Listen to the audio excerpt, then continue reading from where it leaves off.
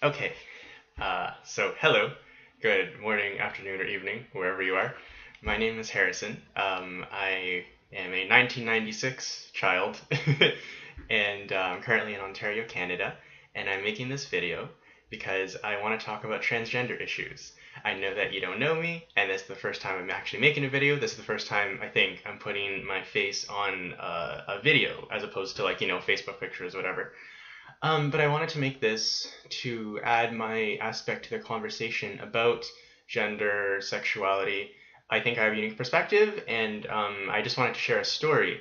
And so, the one disclaimer before I begin, I'm not an expert, of course, in gender issues or anything, nor do I claim to be, but I am an expert in my own experience, right? And yeah, I just wanted to openly share. And I also recommend, as a general rule for life, as well as what I'm about to tell you, keep what works for you and drop what doesn't, right? And also free speech. So you're definitely welcome to think whatever you want and say whatever you want about what I have to say. So I just want to start with that. But that said, so to complicate the matter of transgenderism, because it's quite complicated, I think anyway, let me tell you about it. So I'm gay, and I came out maybe grade 11 or so, and then so grade 11, grade 12, I did a second year grade 12, and then first year university, second year university. So I am from Ryerson University, which is in Toronto, Ryerson University Social Work. And so second year social work, at least when I did it, which isn't too long ago at all, um, they have a mandatory program called Aboriginal Approaches.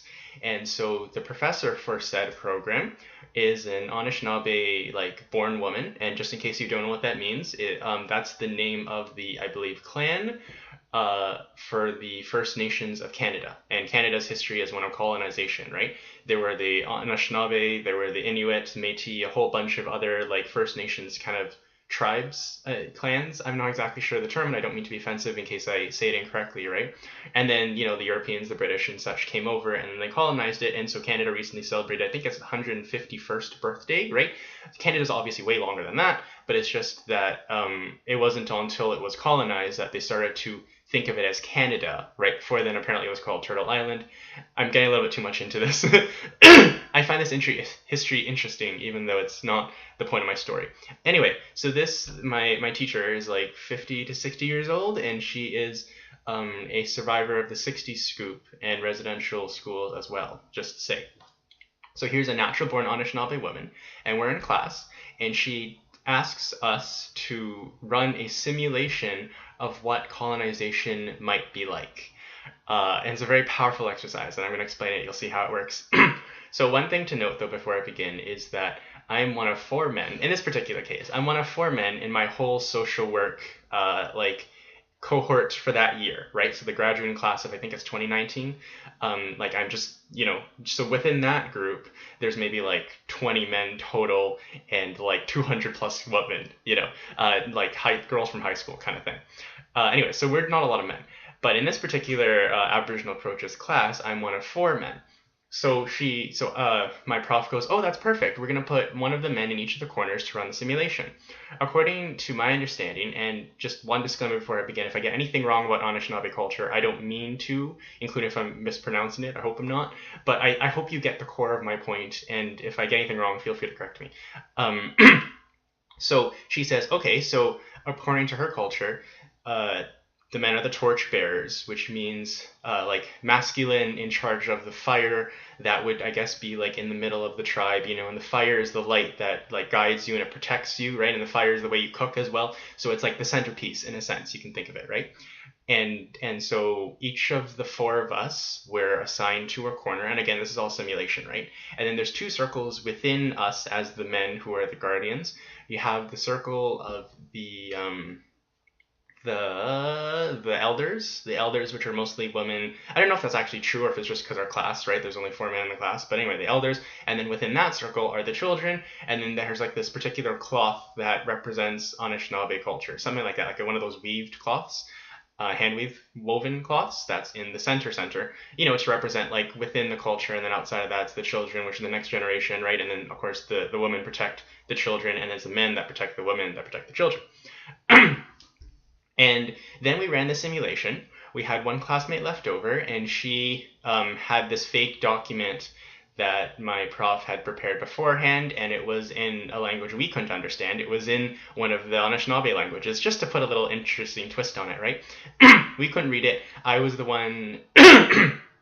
Sorry, I keep clearing my throat. I was the one who was asked to sign this fake thing, right?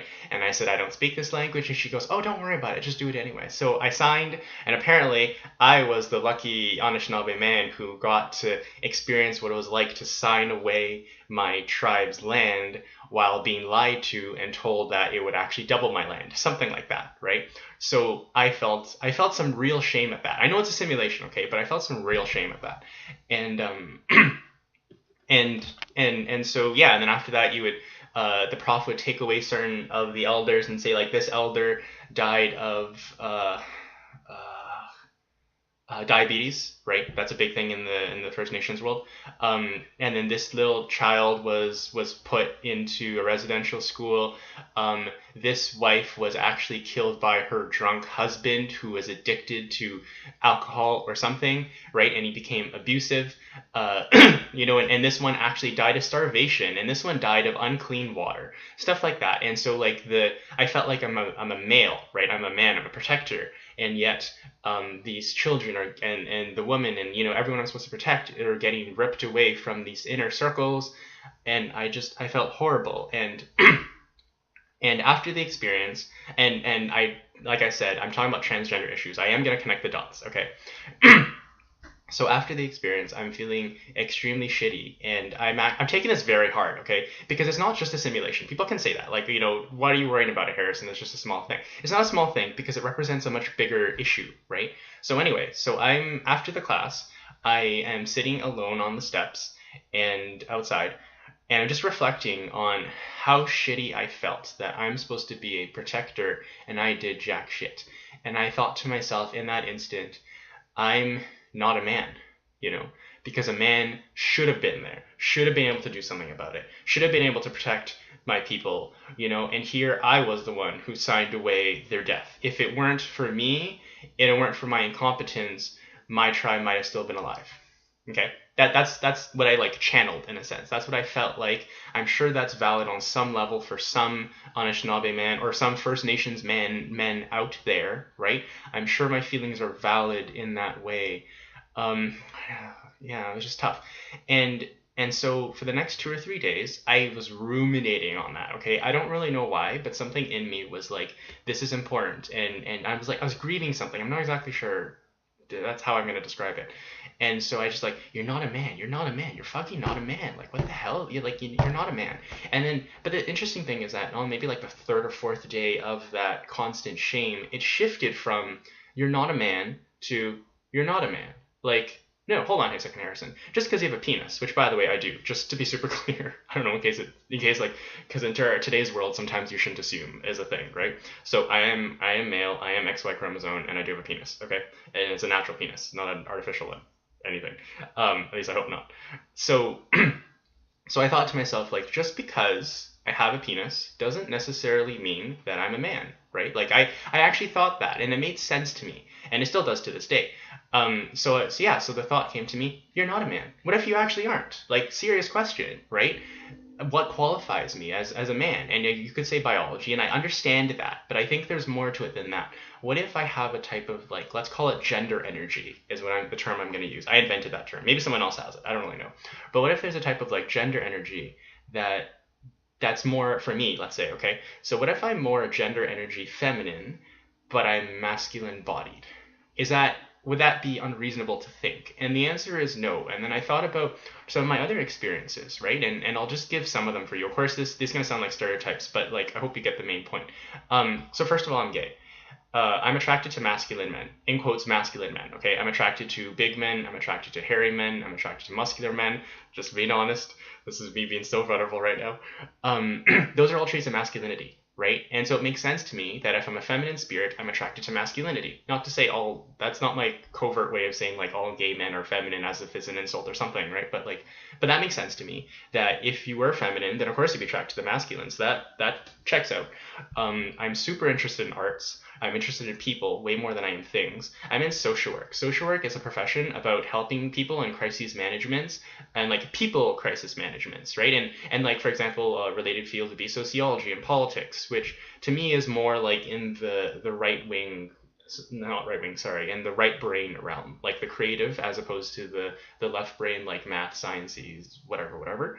Um, yeah, and I really enjoy talking and conversation, and I hated gym. It wasn't my thing. I hate math. I hate logic. One of my least favorite things about math is that you always are at the same answer all the time, and I could never get that answer. Meanwhile, one of my friends, that's what he loves most about math, right? I took a programming class in grade 9. Didn't make sense to me. So so just all of these things in my mind lead me to my realization and thought that maybe I'm actually feminine, a feminine spirit. And so I went to my professor. I told her everything I experienced, the whole story that I just told you, and I said to her, I have a guess, maybe, I don't know, but can you tell me if you have something in your culture that addresses men who feel like women, in a sense? And this is not a joke, right? Like, I'm very serious, that I feel like I'm different in some way, and I have a theory that it's because I'm a type of feminine man, which is actually a term that today I sometimes describe myself as. The average person, I'll just call myself a gay man. It's just extremely easy, and everyone, today, like, everyone knows what that means, and it's easy, and the average person isn't going to make a big stink about, like, oh, you're gay, and some dumb homophobic thing. But in other circles, I call myself a feminine man to mean man who just has a lot of feminine traits. So I asked my professor about, is there anything in your culture about what I just said? And she told me about two-spirit people. And so again, like, I hope I'm not misrepresenting anything, but to my knowledge, in the Anishinaabe culture, two-spirit means that one house houses two spirits. So the body, which is the house, has two spirits within it. And the two spirits are the man spirit, the masculine, and the feminine at the same time. And then that term is interesting because it implies that there's a one spirit, which is the average, I'm assuming, cisgender person, right? My nose is itchy. Anyway, which is just the one, right? The one male body, male mind, right? Female body, female mind, and that's it. But she said we have two spirit, and that was interesting. And so I'm Chinese, if you can tell, and so my dad is pretty hugely Buddhist, and I was raised that way for a lot of it. My mom is something else though, so like I'm a little bit like a mix and whatnot. And I grew up in a Christian elementary and high school. But for my dad's understanding, and I asked my dad about this, and he was basically just gave me the basic principles that the Buddhism's understanding of gender is that the masculine feminine is the yin and yang, very simply, right? And he said, so why couldn't it be possible that you're born in a more like male-oriented way just by the fact you have a male body, but you house a more feminine energy? And my dad was like, that people are like that all the time. That makes a lot of sense to me, right? And so you have the yin yang within you, right? And so for most men, within you have, because you have a male body, then the masculine energy is better suited for that house, right? But what if it's a feminine one? That makes sense too. So I said to myself, this is interesting because Chinese culture is saying that's possible, according to my understanding, and Anishinaabe culture is saying it's possible, and Canadian First Nations come from the west end of the world, and Chinese come from the east end of the world. So there's not really any, and to my knowledge, like there's not a lot of literature on Chinese people interacting with specifically Canadian First Nations, right? So so these are opposite ends of the world who come to the kind of the same conclusion, right? They have a general sense of like, yeah, there's a masculine and a feminine that can sometimes be within the body, and the body influences which gender energy is within it, but it's not like 100% like, right? Because you have this body, you must be this gender, not necessarily, right? And it's unlikely, I think, because again that they are on the opposite ends of the world, that these two people would have communicated and somehow come up with like a grand, like one was influenced by the other and they just ripped off cultural appropriated an idea about gender or something. It seems that they're distinct, and even though they're completely different ways of going about it, they came to the same conclusion. So I started to sit with that, and I sat with that thought, and I shared that also with my dad and my prof, and they were like, that's interesting, and I think you're onto something, Harrison. Like, we're not experts on like our my teacher and my dad are not, experts on their culture in a sense. They just know a little bit about it because that's how they grew up, right? That's as much as they can give me. So they're like, we don't really know, a lot, but like from what you say, it sounds valid, like that doesn't much as we can get. So I said, okay, cool. So I ruminated on that some more, and I thought about this, the fact that the East and the West were all different places in the world and they have the same conclusion. And I came to the conclusion that, yeah, I'm not fully a man. I'm like a half man. I'm a feminine man. I'm a person who has a male body, but I would say that I have a pretty large feminine energy, and all men have a minority of feminine energy, and all women have a minority of masculine energy. But some men and some women have a majority of the other. And so I don't think I have a majority feminine energy. Oh shit, maybe I do. I think I'm like a 60-40 if 60 is feminine. Or I'm like a 55-45. Like I'm almost in the middle, I feel like. So I just wanted to share that story. I have no idea if it'll help anyone or what the point is. The point is I just wanted to share it and help maybe complicate the conversation, help if some people thought that was valid or they have some kind of similar experience. I don't really know. But that was my story of realizing that I'm not a masculine man exactly. I'm more than that. And some people are just that, and that's great too, but some people are different, and this is one of the ways that I think I'm different. And so this video is 16 minutes. Anyway, but just to honor the truth of the story, I'm going to just keep going. So so here I am realizing like, oh, okay, I seem to be a feminine kind of person, it seems. And, all the evidence that I told you about, like the thing about me liking arts and all these things. And I'm putting it all together and feeling like this really fits me and makes sense. So for the next 6 months, I thought I was transgender. I actually thought I was a woman trapped in a man's body. I did feel that way. I did experience suffering. I looked up some transgender YouTubers. That's how I found out about Steph Sanjati. That's how I found out about Eden the Doll. That's how I found Blair White, actually. Some people like this. They're YouTubers, in case you wanted to know. And and then what was it? And then I also met a tattoo artist. And this is relevant because the tattoo artist told me that if there's a big tattoo you want, like a whole sleeve, let's say, or like covering your whole back, you should wait 6 months at minimum before getting said tattoo because it's going to be permanent. And I thought to myself, you know what? That's a really damn good thing. So I'm going to wait a year before I decide to pursue irreversible, and I repeat, irreversible, right? Hormone therapy, physical surgeries, whatever the case is, to have my body match my woman head that I feel like I am. So I decided to wait a year, but it was only 6 months into that year. And I actually set a calendar date and everything in my Google Calendar, okay, because I'm like super organized like that. But 6 months into that year, which was about like the end of my second year, something like that ish, I had realized, you know what, like I feel like this feminine part of myself is integrated enough into my being that nowadays, and just like I am now, I'm telling the whole internet this, and I've told some of my like traditional like conservative Chinese aunts and uncles as well. So like I don't mind sharing this on the internet. I'm not really afraid that someone's gonna see it who's not supposed to, kind of thing. I feel kind of comfortable about it, so it's cool. I'm comfortable enough to be able to share with y'all, the internet, whoever wants to listen, that I feel like I'm a feminine man. I don't think I'm transgender. And I also, by the way, looked up the Wikipedia definition of gender dysphoria, and I believe one of the key things about the definition of gender dysphoria is that you have to experience suffering over your feeling like your body and mind don't align. Okay, the key word being experience suffering over it, because I don't feel like I experienced suffering over it. I struggled with it for 6 months, but I feel like now I like it. I think it's pretty interesting. I think it's pretty cool how like I look like a man and I open my mouth and people are like, something's different about this one. And then it turns out one thing is kind of that I'm feminine-ish, totally.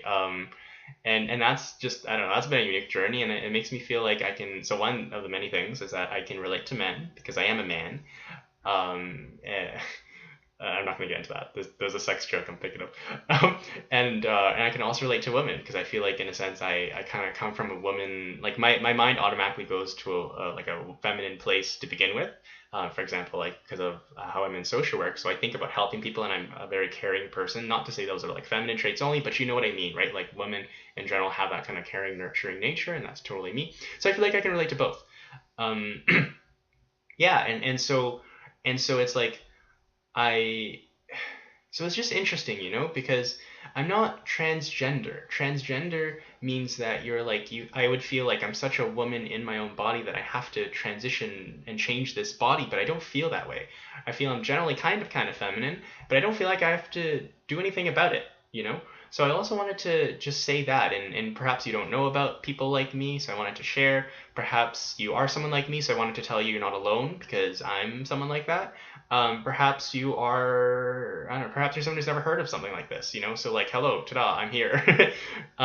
Your body is like male or female, I feel like. So it's like choose one of two, and then there's a whole intersex thing, but that's like, I don't know, 1% or less of the population, probably less, right? So we're gonna, just for this purpose, right, say not a thing. So you have a male or female shell, but within that shell can be along the spectrum of male to masculine to feminine, right? Whatever that means, and that's a whole other topic, I guess. But yeah, so I feel like I'm kind of feminine-ish put into a male shell, and it's been an interesting journey. Uh, yeah, and that's kind of just all I wanted to say. I feel like I'm repeating myself as of now. So thanks for tuning in and listening to my story, I guess. Yeah, my name's Harrison, and let me know what you think about this in the comments. Okay, see you later. Bye.